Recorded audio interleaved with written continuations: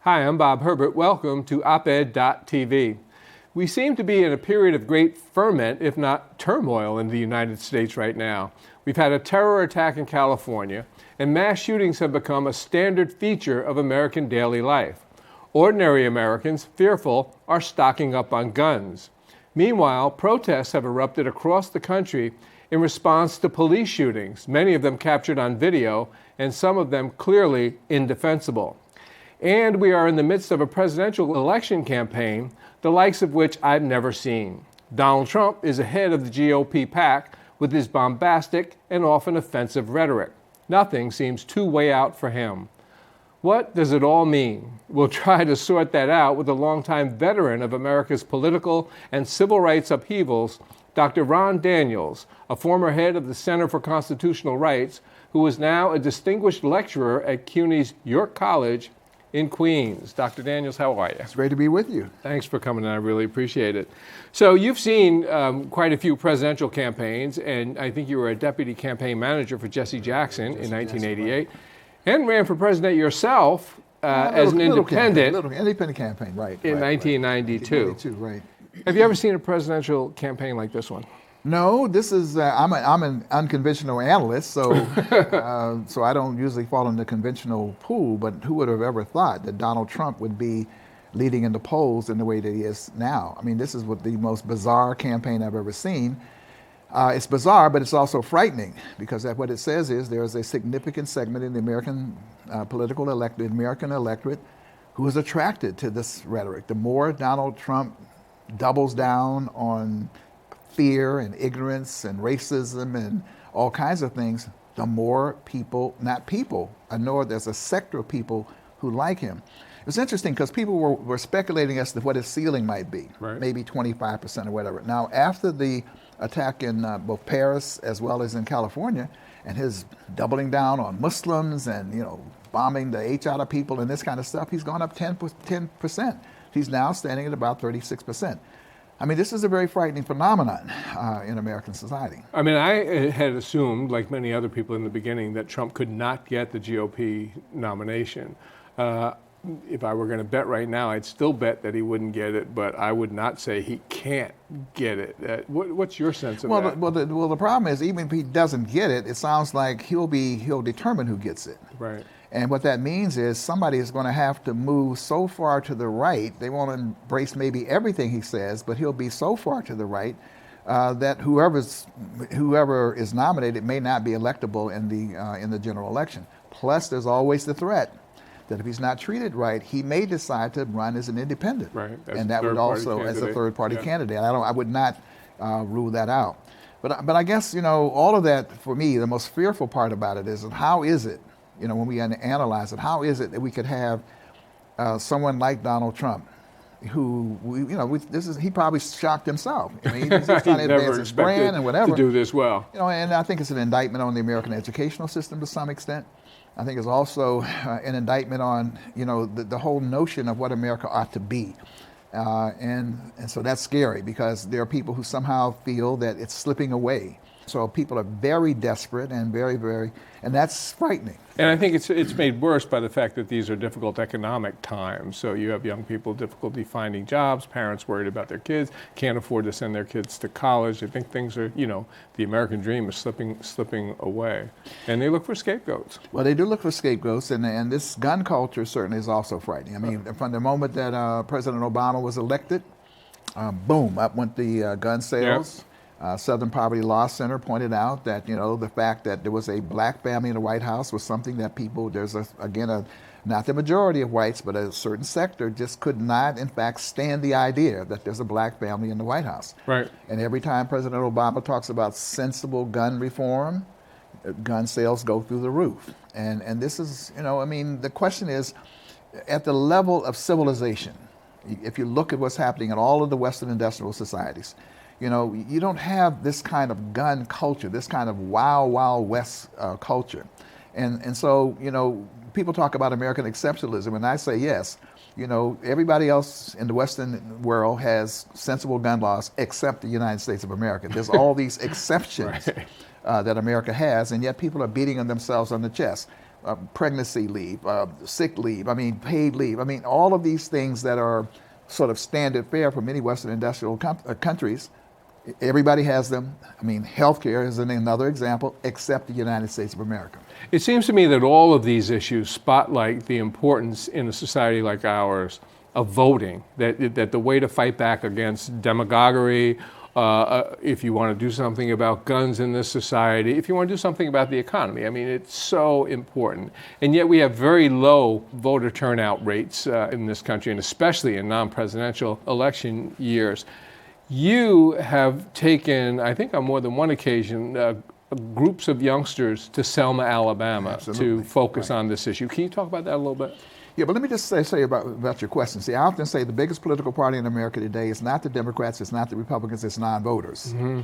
And that's another indictment on our educational system and in the way in which things are configured, because every other major Western industrial society, you know, voter turnouts are in the neighborhood of what? 70%, 80%, 90%. In America, if you get 52, 53, 50, oh my God, that's big. It's like big. But yes, I do take, I have taken two groups of students to Selma, Alabama. Early, a couple of years ago, I took President Dr. Marcia Keyes, my president at York College there, along with 9 students. And it's because I think it's important for people to understand history, to retrace history. And of course, Selma and the Voting Rights Act is arguably the definitive, the most important, most powerful civil rights act or piece of legislation that sanctioned the civil rights movement ever, because it opened up the right for people to vote again, particularly in the South, with the protection of federal marshals and federal troops if necessary. And it was paid for on Bloody Sunday. It was paid for, you know, by the sacrifice of so many heroes and sheroes and heroes, not only black, but if you look at Viola Ruiz, Reverend James Reeb, and others. So some of these names are actually getting lost to history. I mean, people don't recognize those names anymore. They don't, and that's why we go. And then Jimmy Lee Jackson and so forth. So I go for my own personal renewal. Mm-hmm. But I always wanted to, in my role as a distinguished lecturer at York, to take, because that's a part of what my portfolio is, by the way, is this to take the experiences I have, share those with students. So I've taken students to New Orleans where they could see what happened with Katrina, and as a part of a conference. I've taken them to Howard University. I've taken a student to Haiti. And so, but my dream was always to have a group of students go to Selma. And so we took 9 one year, but on the 50th anniversary, we took 40. Students went, and they had an incredible experience. I mean, they had a chance to even the 9 students who went, by the way, they went, unfortunately it was a bad time because it was the gutting of the Voting Rights Act. Yeah. But they met the lawyer, a young lawyer who argued the case before the Supreme Court. They had a chance to see Vice President Biden, Attorney General Eric Holder. I mean, so it was just an incredible, and of course, Amelia Boynton. You know, some of these, I mean, who was then still alive. She just recently passed away at 110 years old or so. And so it was an incredible experience. But these students also went, and when they came back, we challenged them to say, well, look, not only is it important that you go, but what are you doing just here on York's campus? And I must say that a number of them actually became involved in student government. Some of them have become elected to the Student Government Association, and are doing quite well. So it was an incredible experience. So, you know, you touched on it. You're taking these youngsters to Selma at the same time that voting rights in this country are under fierce attack, both from the Republican Party in general and from the Supreme Court. Talk about that and why that's occurring now. Well, I think, you know, unfortunately, the South never got over it, and particularly the right-wing extremists in this country haven't really gotten over the civil rights movement and the gains that were made. And so when you have voter suppression laws taking place, it's a part of a generalized pattern. So if you look at Pennsylvania, where they pushed for the voter ID law, I mean, they came right out and said it. It wasn't even high. In the last election, we don't want these black people and people in the Democratic Party who are so inclined we're supporting Romney. Right. So they said openly what is the real covert motivation. Right. Sometimes it slips out. Yeah, that's the motivation. Right. And so voter suppression is about the Republican Party and right-wing extremists, because the whole voter ID law and voter fraud, as you know, is a solution in search of a problem. Exactly. There is essentially no voter fraud in this country. It's so tiny as to be irrelevant. It's irrelevant. But on the surface of it, it kind of sounds like, well, people ought to have ID. And we're getting used to showing ID at the airports or all this going kind of into stuff, government buildings and that sort But of there's thing. no question about it that this is the motivation. And it's a part of the retreat. When you have Roberts and a Supreme Court who say, well, you've got elected officials now and, you know, they're in office and everything is fine. Well, the fact of the matter is you still have racial gerrymandering going on in the South. Absolutely. And it's done in a way to, again, restrict black votes. And by the way, the provisions, the pre-clearance provision, you know, there were many, many states who passed it. It's not as if, in fact, you know, it was being used in an onerous way. Not so at all. Right. But you do need that protection when you have situations in the South and in other places where, in fact, there are overt efforts to suppress. And we saw that immediately after the Supreme Court ruling, where in a number of states they just immediately went to restrict and suppress the vote. And so what we have to do really is continue to educate, and we have to take on.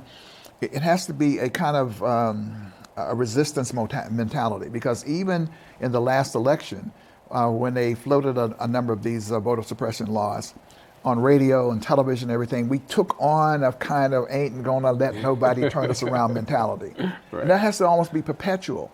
We have to be saying if they move and because what they do is, as you know, Bob, they'll move the voting places to where it was here and close to you, then they move it way out in the country somewhere. And we've got to say it doesn't matter. We went across that bridge. We can go to that voting place. We've got to create this kind of mentality that we will march on ballot boxes no matter what to defend, to protect and defend our interests. But not only our interests, the interests of poor and working class people in general. I mean, it's the kind of proposition certainly that Martin Luther King put forth. It seems to me that when you talk about racial issues in this country, you almost have to talk about it on two tracks. So if you talk about what life was like for African Americans in the 1950s and 60s, obviously, it's tremendously different now and much better. By the same token, after President Obama was elected in 2008, there was all this talk about post-racial America and that sort of thing, and that's got to be the furthest thing from the truth. So talk about what conditions are like for African Americans now in the United States. Well, first of all, it was always an illusion to think that because America made enough progress, and it was progress to elect an African American president. I never thought I would see it in my lifetime. Nor I. But Indira Gandhi, here's how I often put it. Indira Gandhi was elected the first woman prime minister of India. That certainly did not mean at all that all the systemic structural issues that face women in India have disappeared. Right. Because they're so deep. They're so deeply embedded in terms of sexual inequality as a part of the culture. So when we look at Black America today, and this is one of the things I think is very serious, while we have a president in the White House, we've been saying that there's a state of emergency in what I call America's dark ghettos.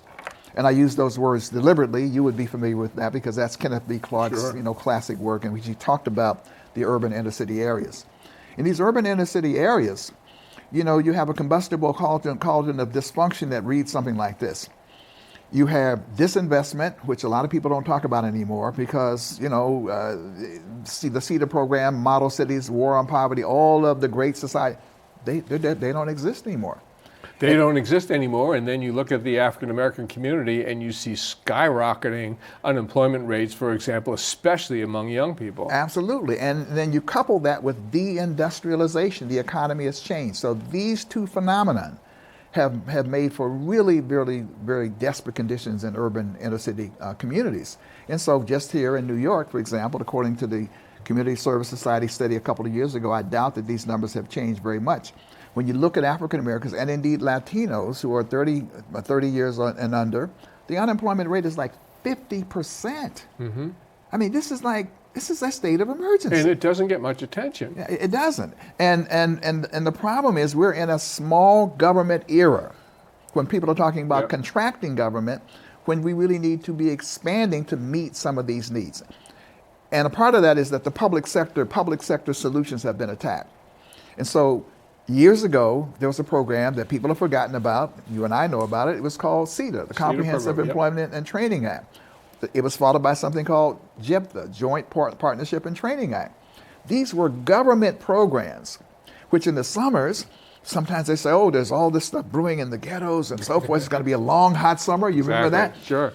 And then the headline, government creates 1 million public sector jobs. So they would actually create 1 million public sector jobs. Yep. So young people could come and they get a little training, they get involved and so forth. They get a little money for their school supplies and their school clothes, and it would be cool now. As a young radical, I'd say, oh, these are co-optation programs, these are reform. Yeah. God, I wish we had these things now. Sure. Because these programs don't exist. And the same thing revolve. And so let me just also say that another part of this dilemma and problem is this emergency has been this war on drugs. And I certainly you have followed that as well. Absolutely. The targeting, rather than finish the unfinished civil rights, human rights agenda.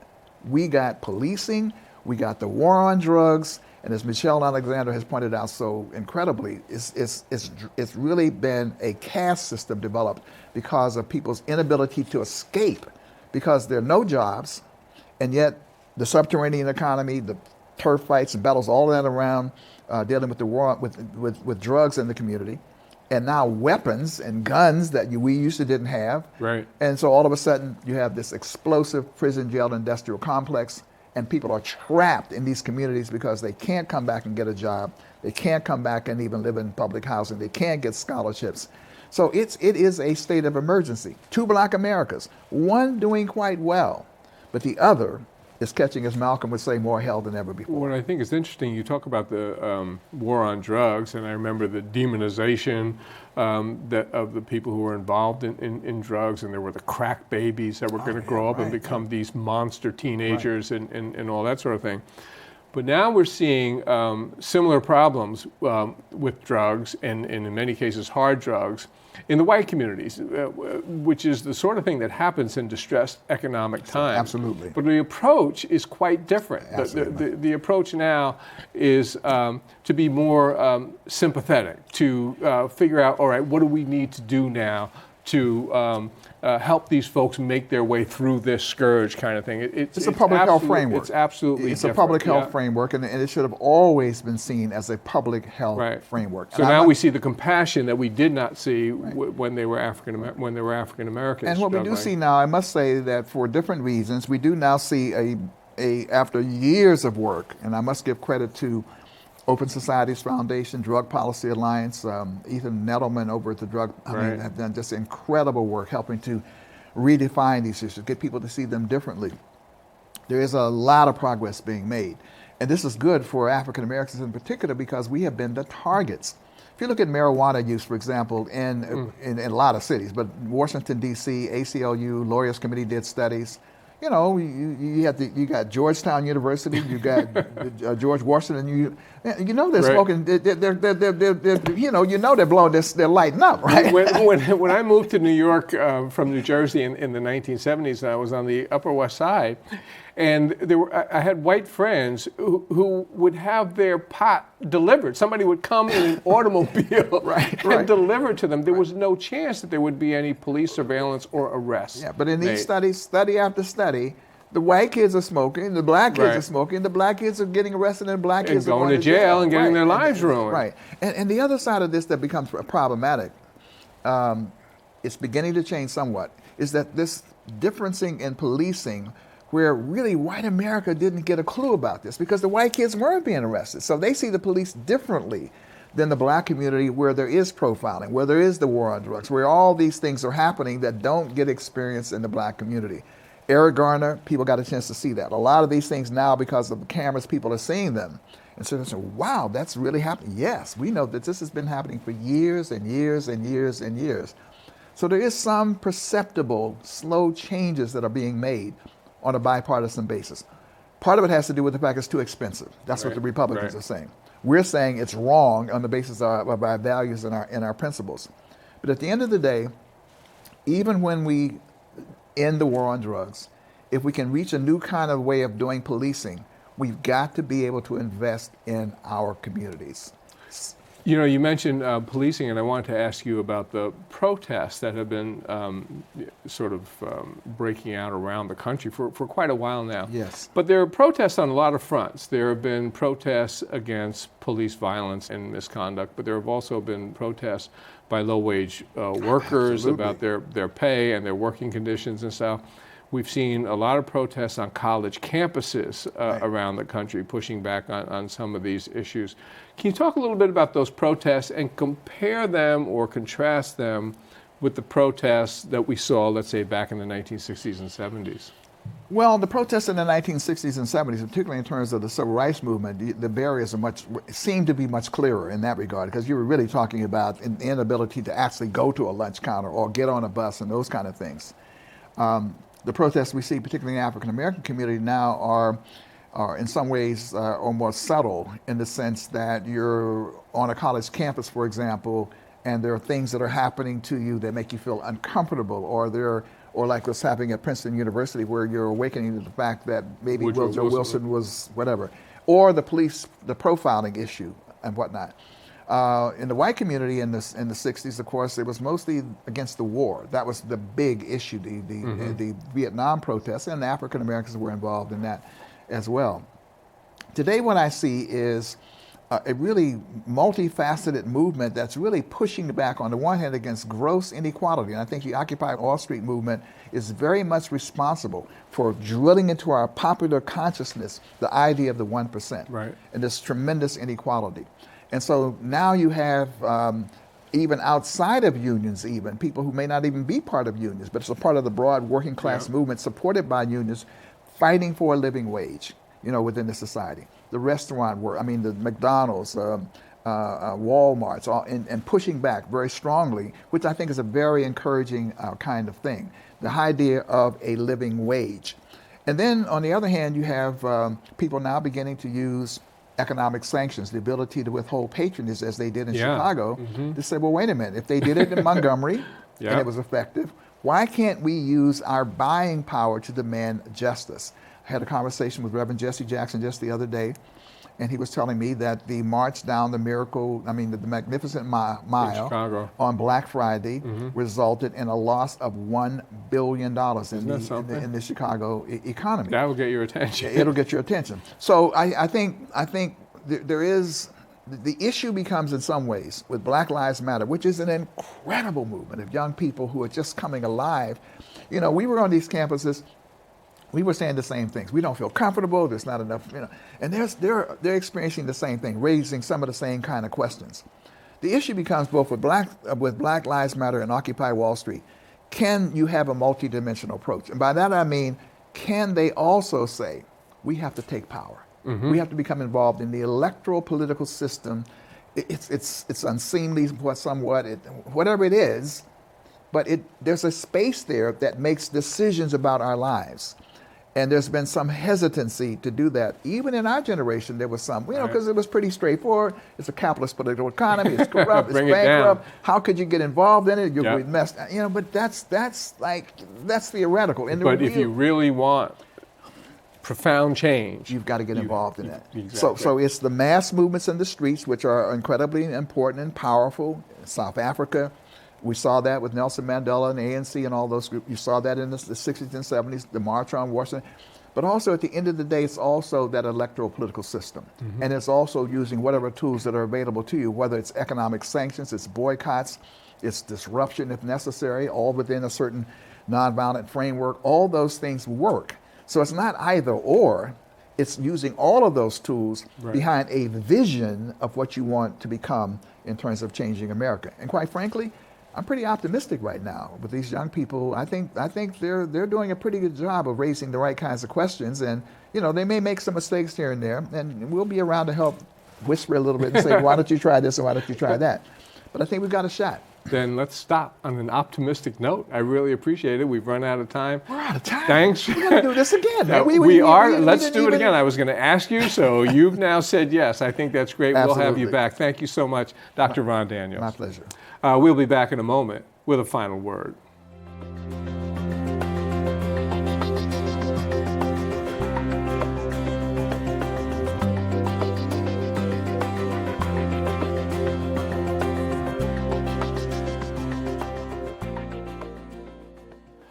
More than 2,000 unionized steelworkers in western Pennsylvania have been locked out of a sparkling $1.2 billion steel rolling mill by their employer, Allegheny Technologies.